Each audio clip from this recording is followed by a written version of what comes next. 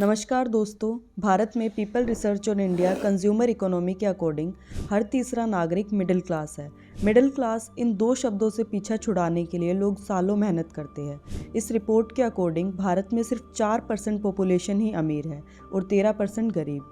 ये सर्वे बताता है कि साल में 1.25 लाख रुपए कमाने वाला परिवार गरीब है और यही सर्वे बताता है कि 2 करोड़ रुपए से ज़्यादा कमाने वाला परिवार सुपर रिच, सबसे अमीर लोगों की कैटेगरी में आता है। लेकिन मिडिल क्लास कौन है? मिडिल क्लास वो परिवार है जो साल में 5 लाख से 30 लाख रुपए कमाता है। पॉपुलेशन के अकॉर्डिंग अभी देश में 31% मिडिल क्लास फैमिली है और लोअर मिडिल क्लास में वो फैमिलीज़ है जो 1.25 से लेकर 5 लाख रुपीज़ के बीच में कमाते हैं। और देश में इस कंडीशन के साथ साथ हमें एक ट्रेंड और देखने को मिल रहा है, early retirement. If you plant corn, don't be shocked if corn grows. As you sow, so shall you reap. If you plant nothing and wait on the government, don't be surprised if you have mud. This is how it works. You are in charge of planting. आज हम कुछ सवालों के जवाब ढूंढेंगे early retirement से related. First, definition of retirement, financial independent. Second, Bharat देश में कंफर्टेबली जीने के लिए हमें कितना अमाउंट की एक्चुअल ज़रूरत है। और third, how to retire. OPS, old pension system. इसमें होता ये था कि एक एम्प्लॉय के रिटायरमेंट आने के वक्त जो सैलरी आ रही होती थी उस टोटल का 50% पेंशन के रूप में मिलता था, बट इसको 2004 में चेंज कर दिया था एनपीएस में, न्यू पेंशन सिस्टम। अब एक एम्प्लॉय को रिटायरमेंट के वक्त उतनी ही पेंशन मिलती थी जितना एक एम्प्लॉय रिटायरमेंट से पहले मंथली बेसिस में अपने ईपीएफ में कंट्रीब्यूट करता था। गवर्नमेंट के डाटा के अकॉर्डिंग अभी देश में 3.5 करोड़ लोग ओल्ड एज पेंशन ले रहे हैं, जिसमें मिनिमम 3500 पर मंथ है और मैक्सिमम 45,000 पर मंथ है। लेकिन क्या इतने पैसों से आप एक अच्छा जीवन व्यतीत कर सकते हैं अपने बुढ़ापे में? The answer is no. अब बात करते हैं फर्स्ट क्वेश्चन की। रिटायरमेंट फाइनेंशियल फ्रीडम बहुत अच्छी चीज़ है, लेकिन what is the true definition of financial freedom, financial independent? एक ऐसा पॉइंट जहाँ पर आपकी इन्वेस्टमेंट रिटर्न्स आपकी लाइफ के एक्सपेंसेस का ख्याल रखती है, जहाँ पर आप रिटर्न्स के थ्रू अपनी लाइफ जी सकते हैं। आपके पास इतनी इन्वेस्टमेंट हो जिससे आप अच्छे से जी सकते हैं, ज़रूरत को पूरा कर सकते हैं, अपनी वांट्स को पूरा कर सकते हैं, then you are financially independent. अब आपको ज़रूरत नहीं है पैसों के लिए काम करने की, अब आप वो कर सकते हैं जो आपको पसंद है।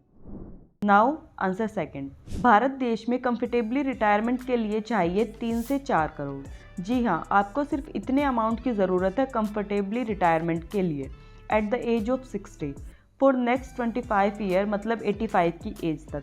ये फिक्स नंबर कैसे निकला ये आप भी निकाल सकते हैं। जितना भी आपका अभी साल का खर्चा है उसका 30 to 40 टाइम्स कॉर्पस। मान लीजिए आपके साल का खर्चा अभी 10 लाख है, तो इसको मल्टीप्लाई कर देंगे इस 30 to 40 टाइम्स से, and here is the answer 3 to 4 crore. लेकिन याद रखें, ये सिर्फ आपके जीने के लिए, इसमें एक्स्ट्रा खर्चा कोई भी इंक्लूड नहीं है, जैसे एक घर लेना, एक अच्छी गाड़ी लेना, बच्चों की पढ़ाई के लिए, उनकी शादी के लिए। तो अब ये सब अचीव कैसे किया जाए एक अर्ली एज में? Financial freedom can be achieve by following good financial habits, proper planning and investing. Now we take a look on how to retire. First, health insurance.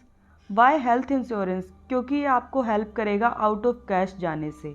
If आपको कुछ होता है और अगर आप अच्छे हॉस्पिटल जाके ट्रीटमेंट लेते हैं तो उसका बिल इतना हाई चला जाता है जिसे पे करने के लिए आपकी सारी सेविंग्स चली जाती है। इससे बेटर है कि आप हेल्थ इंश्योरेंस ले अपना और अपनी फैमिली का। Start your side hustle, YouTube, freelancing, digital marketing. आप एक यूट्यूब चैनल से आज के वक्त में काफ़ी अच्छा कमा सकते हैं, बस शर्ते आप अच्छा कंटेंट पब्लिश करें जिससे लोग पसंद करें। अगर आप देखना चाहते हैं यूट्यूबर कितना कमाते हैं सिर्फ एडसेंस से, तो आप सोशल ब्लड वेबसाइट चेक कर सकते हैं। बस सिंपली आपको वेबसाइट ओपन करनी है और जिस भी चैनल के बारे में देखना चाहे वो सर्च कीजिए और आपके सामने नंबर शो हो जाएंगे। Learn skill, coding, podcast, video editing, public speaking, कोई भी ऐसी स्किल जो आपको हेल्प करेगी एक्स्ट्रा इनकम जनरेट करने के लिए। Start your small business. It's not about big idea, funding, unicorn, IPO. एक बिजनेस शुरू करें लेकिन उसी के रिलेटेड जिसमें आप अच्छे हैं, और अगर उससे आप मंथली 4 to 6 लाख भी कमा रहे हैं तो बेस्ट है, और एक बिजनेस के लिए ये ईजी होता है। अब जब आपने साइड हसल शुरू कर दिया है या एक स्मॉल बिजनेस शुरू कर दिया है या आपकी जॉब है अच्छी पोस्ट पे, तो अब आपको शुरू करनी है इन्वेस्टिंग। इन्वेस्टिंग का बेनिफिट ये है, इसमें आप मेहनत नहीं करते हैं लेकिन आपका पैसा बढ़ता रहता है। अगर आप इंडेक्स फंड, म्यूचुअल फंड में इन्वेस्ट करते हैं तो आपको इजीली साल का 15% रिटर्न मिल जाता है और यही इन्वेस्टिंग आपको फाइनेंशियली फ्री करेगी। आपको कितना इन्वेस्ट करना है, कितने टाइम के लिए इन्वेस्ट करना है, ये सब डिपेंड करेगा आपकी रिक्वायरमेंट के अकॉर्डिंग। अवॉइड लोन्स, आपको बैड लोन से बचना है, दिखावे से बचना है। अगर आपकी अर्निंग कम है और आप चीज़ें ईएमआई पे खरीद रहे हो तो ये आपको ट्रैप में फंसा देगा और ये आपको फाइनेंशियल इंडिपेंडेंट होने से उतना ही दूर कर देगा। Avoid get rich quick scheme, get rich quick scheme से दूर रहना है बिकॉज ऐसा कुछ नहीं होता है। अचीवमेंट के लिए हासिल करना ही पड़ेगा और अगर बिना मेहनत किए कुछ भी मिल गया तो उसमें सेटिस्फेक्शन नहीं होगी। लर्न फाइनेंस, पर्सनल फाइनेंस काफ़ी ज़रूरी है, ये आपको काफ़ी जगह हेल्प करेगा। जैसे आपको अपना पैसा कहाँ इन्वेस्ट करना है, एक्चुअल रिटायरमेंट के लिए कितना अमाउंट ऑफ मनी की ज़रूरत होगी, इन्फ्लेशन को समझने में, फ्यूचर प्लानिंग में, आपको कहाँ स्पेंड करना है, कितना करना है, फाइनेंशियल गोल्स बनाने में।